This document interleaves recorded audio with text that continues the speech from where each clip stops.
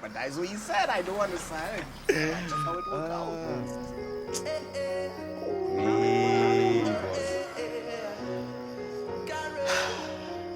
Wow. You're here, man? Jeez.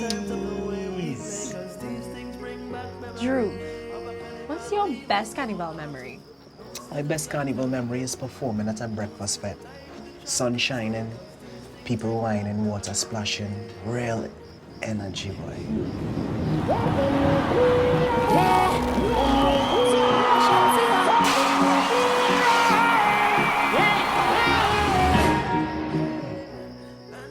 My favorite will always be pan. You see, listening to those sweet melodies in a panorama semis, I have nothing better than that. Nothing. It's the way we play, it's the vibe we bring. Feel the rhythm flowing, brewing deep within. For me, it has to be mass. It's crossing the stage.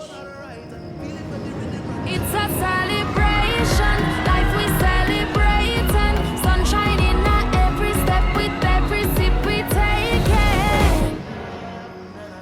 Kill, you know I never play mass yet? What? I think my best carnival memory is yet to come. Well, cheers to that.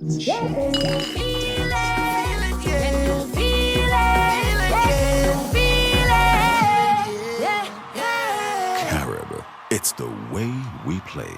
Drink responsibly.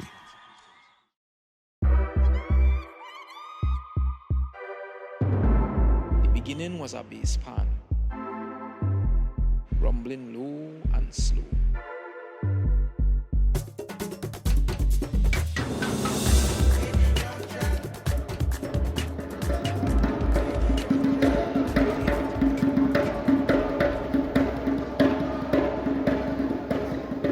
For me, LAVWAY, the film, was our LAVWAY in terms of saying in our time of strife, when we were facing adversity here, this film was our response, it was our song. Jason, just give us a little 15 seconds now. And the whole time, you know, we fighting up with bare bones, slimline budgets that we have to, that I have to manage. It's a good street man of an archer. Nice colors. Yeah. Cars, canvas. We had some challenging times. You know, the story developed a little bit as we go along. There's some stuff that worked for film, some stuff that didn't work for film. And yeah, there was a point of time during editing when you started to do scoring and all the different things that it felt like, wow, this is a race to the finish line. Are we going to complete this project on time?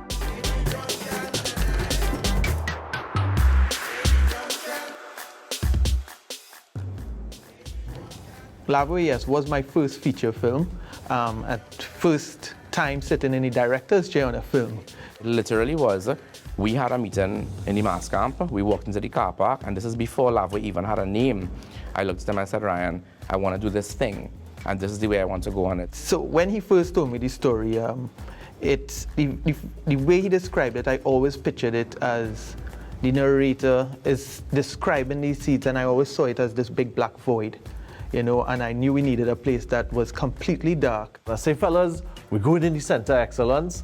That is the place where we're filming this. All you will see is these sets there, but on the side of the set, there's nothing. It's like, I call it Dreamscape, and that was the only place that could afford it.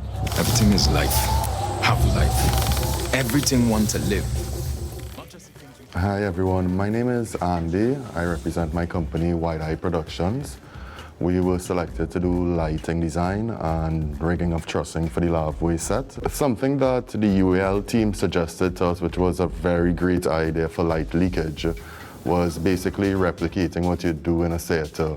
Use very heavy black fabrics, you know, a full 360 kind of a finish so that any camera spilling right, left, fade off, so you don't get that very dark kind of look. When you reached the Center of Excellence and you saw the lighting rigs up and you saw the whole place blacked out and everything up, I mean, it was a real moment. We were like, wow, who would have thought you could turn Center of Excellence into this type of venue? We are a country and a people that are made up of so many different cultures that it's very interesting for me when I find those connection points between each of them, you know. My ancestors, your ancestors, your next ancestors, we was working in the field and we were singing this, and it was all the same thing in different languages.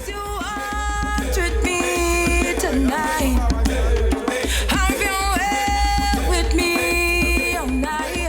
Soca artist scenes, I think Valverde had a nice rendition and vision as to how he wanted that to be portrayed.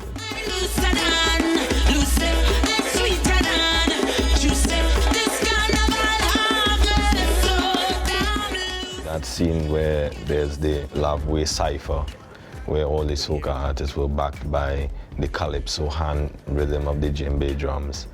Yeah, that was a bit of innovation, but that's time constraints. Give praise, children, yeah, give praise. Making of LAVWAY, College Boy Jesse, take 1. Legends of Sound was I think, one of our most difficult shoot nights just because of the length of time we had to spend on set. And everybody had rain. We have the drumming team there. So when they started the drum and they get the first artist and so on, everything was good. Reached to the second, nice. Reached to the third. You know, they still have very energy. Kudos to them. We would have started filming like 7 or 8 o'clock in the night and didn't finish until 5 in the morning. And our last performer, College Boy Jesse, actually had his car breakdown. So he was delayed a further hour. I showed up and I mean, it's 5 a.m. You know, we're all tired. And then we turned to them and was like, guys, great news. We have the last performer here and he is ready to go. We got in, oh papi. And they go on and they pack up the drums. It was about 5 o'clock in the morning. Regardless of how tired I might be, cameras on, I'm ready to work. And that was a vibe. So, I mean, and it was actually the highlight of my season, my virtual season. Coming to a set and to see the professionalism around, I felt like, yeah, this is the levels that I want to continue working at. And that is why College Boy Jesse is in a magnificent set. And the set is him with the beams and the speakers and the different props, but no drummers.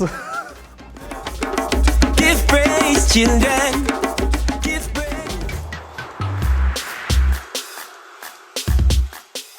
I am Kimmy Stout Robinson, and for the LAVWAY production, I organized and coordinated the traditional carnival characters. How do I contribute to cultural preservation? LAVWAY, photos, film, the documentation, technology, anything that we are doing right now is needed for cultural preservation. Hi, my name is Solange Govaya. I designed the fancy sailor costume for LAVWAY. I'll be very honest, at first when Val asked me to do a traditional character, but in a modern way, I was very against it. Just because I know a lot of people in the mass, I know a lot of mass traditionalists, and they're very set in a sailor must look like this. So the other day, I was reading this Caribbean Quarterly from like 1964. Why, I don't know, but anyway, I came across it and I was reading it. And it is insane to me that the Moko Jambi was described in this publication as an extinct form of art, like carnival art. From how is it extinct? It's here right now. So I continue reading and I look at it, and you get an appreciation then of the fears that people had, why this was happening, why that was happening. And then you look at interviews and then you get an appreciation of the work that Dragon and Mr. Biznat and all these people have done to be able to bring this Moko Jambi art back. And it is one of the, not even characters, but one of the entities of Carnival, the facets of Carnival that anybody, whether you're big, old, small, in between, you are amazed by. Why do you think these trees reach up to heaven and carpet the floor pink? It's one thing to love what you do, and it's another to be shown appreciation for doing what you do. And they were comfortable and thoroughly enjoyed the experience in LAVWAY. Film brings a different element to the portrayal of the mass. And technology and what technology can do is amazing. So it gives them a nice, presence. It's a different presentation to the onlooker.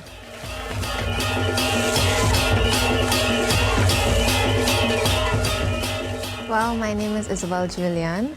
I was a dancer on LAVWAY. When we first heard about the production, Miss said, okay, I'm telling you all now, we're dancing in water. Everybody was like, oh, okay. The water scene for me is like a life goal achieved. I've always wanted to try doing choreography in water. The air condition is top of the line. You can't get better than that. And then we got changed into the white unitard, and that's when it became real, that we were all just lying down there in the water, cold, waiting to hear action, so that we could just get it over with. With LAVWAY, you kind of get a little extra chance to do it more than once, but that's not always the best option, especially when they're dancing in water and it's freezing cold. I saw one of them trying to bring a tea kettle and pour it around their little area where they was gonna lie down to start the scene. It wasn't me with the kettle. I have no idea who had the kettle, but the kettle was a very integral part of keeping people happy, although, to be quite honest, it didn't do much because it's this much kettle for this much water. And we did it about 3 times in the white and then probably 3 times in the black. And then it was finally over and we were all shivering in the towels. It was very cold, but at the end of the day, I think it was probably my favorite dance, definitely.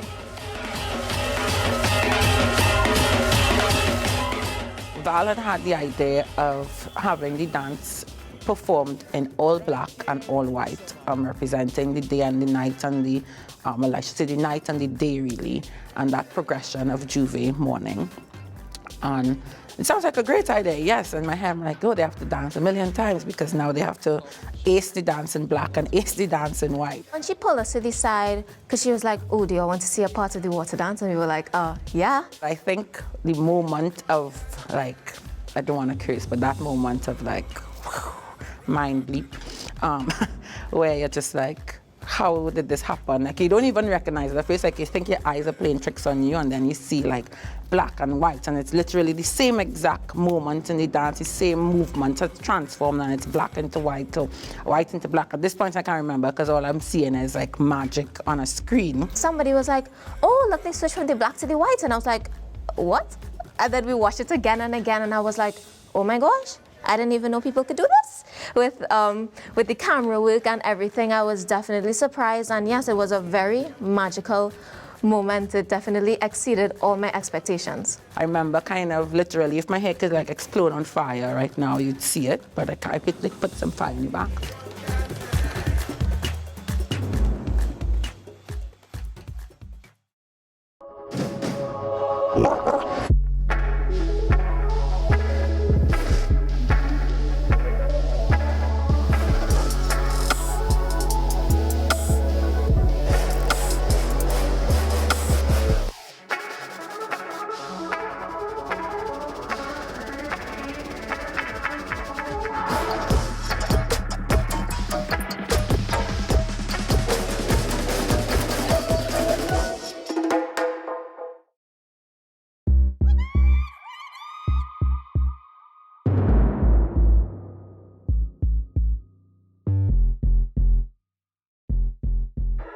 No, yeah, I'm Pin Mari, right? Hi, I'm Shane Hussain, and on LAVWAY, I was the assistant director, as well as the editor and post-production supervisor. Production, you have to pre-plan. It's all in pre-production. And once it's on camera, you can't undo it, you can't change it, you can't fix it in post, because that was the favorite, you know, that was the joke as we went along, everything, oh, we'll fix it in post. But, you know, for example, if you don't film something that you wanted, like you miss it, you miss your moment, you don't have it back again. I did have a bit of a nervous side of me in the post-production phase, because the exciting part of the production, the making part of it is completed. We basically made a editing bay or editing suite in Shane's house. So we had Shane, who was the main editor, Dylan, the DIT, Lou doing the music, Ryan was there as director, I was there, and we're all in one room for about 10 days straight. We pretty much lived in my living room, which turned into post-production for the next 10 days, all of us. With the most important cog, Daniel. Some of these guys are sleeping there, going through the night. It was just a constant process to get, to get to the finish line? Daniel, made sure we were fed, lubricated. We had questions answered when we needed them answered. Ryan and Daniel were there constantly, and we were pushing forward. Being there together was a real magical moment, and we bounced ideas off of each other, energies off of each other, supported each other at that point, and I think that was the only way we really got through. At the end of every day, we were like, we were creating some cool stuff here. It was down to the wire in terms of delivery, because we aired this Sunday and we completed Friday night to export. So it was very down to the wire. When all was said and done and we got to completeness, we had a full timeline, we had sound, we had color correction, we had credits, we had the work of a couple hundred people packaged into 4 gigabytes on a memory stick, going to IMAX on the day. That feeling is like none other. To me, that's the best day of production. The best day of production is handling that production over the end of post-production.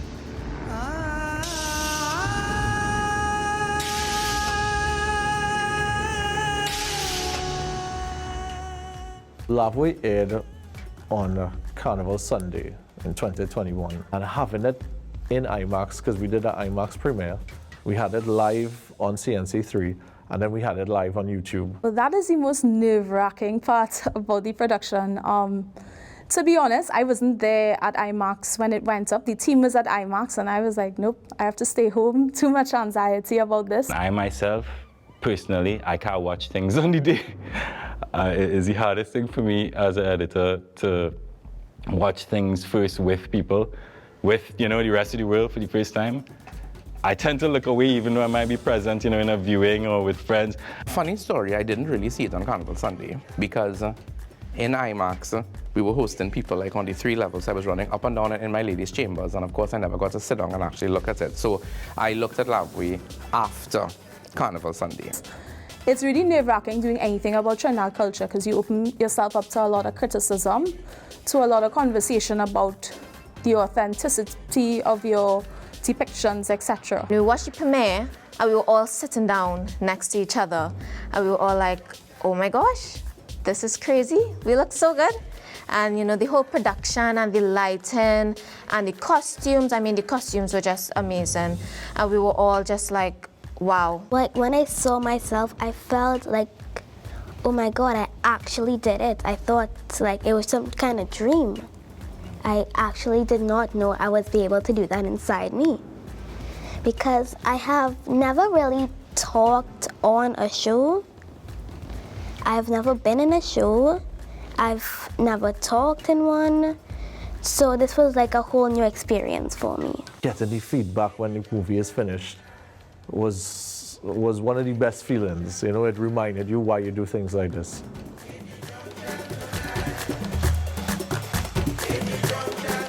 I don't think we could have anticipated that we would get so much great feedback from the show. That was really a catalyst for us to now say, okay, this is something we want to do going forward. This is not a one-off. It was never meant to be a one-off, but it just solidified it to us that definitely there's a thirst for this type of content, especially from the diaspora who miss Trinidad. I feel like it's not only me, but for anyone who is a creative, knows that feeling of just knowing that the people approve of something that you put your heart into. It's just, it kind of completes it, and I'm sure we could all share that. I was listening to a voice note from a lady in Antigua, and her words, I wish I could capture it in a poem or a song, because it was so moving. We played it, we had a round table afterwards, and we played that lady's voice note, and it just, some people were so emotional at that point. I think I saw Val, wiping her tear. We are a physical art kind of people. And I always say that with costumes, you feel one way when it happens, like on paper. Well, with me, this happened on my phone first. So you feel one way with the phone, and feel one way with the paper, then feel one way when you see it manifest in front of you. You feel one way when you see the pictures and then when people react to the pictures. What I could tell you is, compared to all of those feelings, LAVWAY was like nothing that I have ever experienced before. Which is why I think, you know, like when you get the feeling, when the universe tell you, hey, you're doing something right, you're going in a good direction, that was my feeling about it. LAVWAY was a film created out of the pandemic, pretty much. You know, boil it all down to that. And the need for us to express our carnival some way or the other. Not just for us to work and everybody to do something. It's the first time, I think, in the history of carnival that we've been forced to do something that had to fit inside of here and encompass all the emotion and feeling that we missed and that we wanted and that we wanted the world to see in a different way. At Carib and being part of Carnival, there are particular staples that we see during Carnival time. It's about fetes, it's about being on the road, it's about signage, it's about visibility and so forth. So imagine being pitched a new idea about a show, Broadway type show, a show that speaks to Carnival not in the traditional sense, but in the sense that a lot of people aren't necessarily aware of, that we don't necessarily always have that opportunity to highlight. I was never going to not be part of this. I was always going to be there. I was always going to be in the middle. Generations to come will look back on this long after I am gone, long after Val is gone, long after this building is gone. You know, at some point in history, thousands of years from now, maybe even. And just to be a part of that, to be allowed to be a part of that, is an honor. I think if you're asking about where the marriage of film and carnival could find some common ground or mesh in certain areas, I think it's definitely the way to go.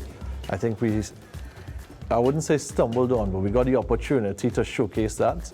And it gives us that extra reach. People could only visit Carnival. We have a finite amount that we could accommodate, but you have almost an infinite reach when you put it into a film. 100% LAVWAY has changed everything, like everything. It is impossible for me to go back to the way that I was operating before. Not that the way that I was operating before was bad, it just is vastly different. I believe in our stories being the stories of Trinidad and Tobago and of all our people.